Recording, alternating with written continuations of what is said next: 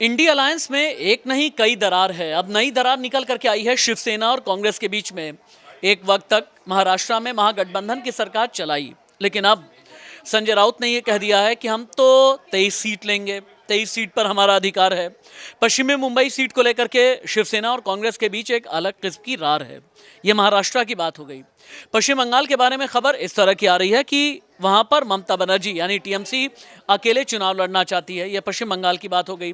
बंगाल में ममता कांग्रेस या लेफ्ट के साथ में जाना नहीं चाहती, क्योंकि उन्हें यह लगता है कि इससे उनका सियासी भविष्य खतरे में पड़ जाएगा।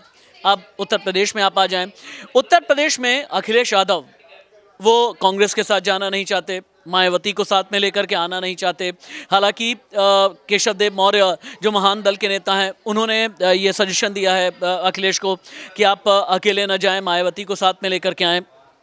अब इंडिया अलायंस में जितनी दरार है ना, इतनी मीटिंग्स हो गई, अभी तक सीट शेयरिंग फॉर्मूला नहीं निकल करके आया, संयोजक अभी तक तय नहीं हुआ। जेडीयू एक अलग ही जोन में है, आरजेडी एक अलग ही टेंजेंट में चल रही है। प्रधानमंत्री पद को लेकर के ख्वाब सभी के हैं। ख्वाब हैं नीतीश कुमार के, ख्वाब हैं ममता बनर्जी के, ख्वाब है शरद पवार का, ख्वाब है राहुल गांधी का, ख्वाब है अखिलेश यादव जैसों का।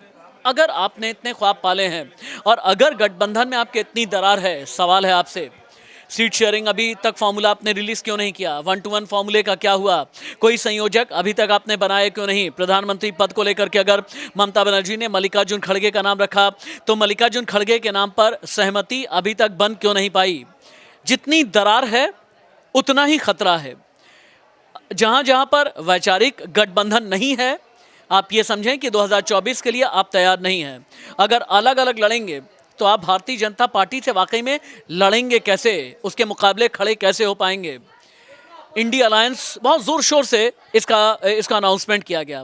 स्टेज पर हाथ उठाए हुए भी लोग नजर आए, लेकिन कहते हैं ना, हाथ तो मिले लेकिन दिल मिलते हुए नजर नहीं आए। अगर इतने क्षत्रिय क्षत्रप अपने अलग अलग टेरिटरी में हैं, हर किसी को ये लगता है कि नहीं, अपने अपने राज्य में तो ज़्यादा से ज़्यादा सीटों के साथ में हमें चलना है, तो मुझे तो नहीं लगता कि सीट बंटवारा या फिर आगे 2024 में 1-to-1 फॉर्मूला पर आगे बढ़ भी पाएंगे।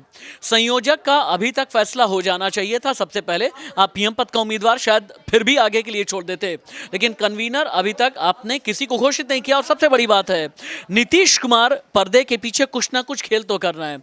पार्टी के अंदर क्या चल रहा है आपने देखा 24 घंटे पहले, लेकिन पार्टी के बाहर भी खबर इस तरह की भी आ रही है कि नीतीश कुमार के जहन में पाला बदलने जैसा कुछ और भी चल रहा है। अगर इतनी गठबंधन है, अगर इतनी गांठ है, तो फिर ऐसे में इंडिया कहाँ है? I.N.D.I.A. डॉट के अलावा कुछ भी नहीं। नमस्ते।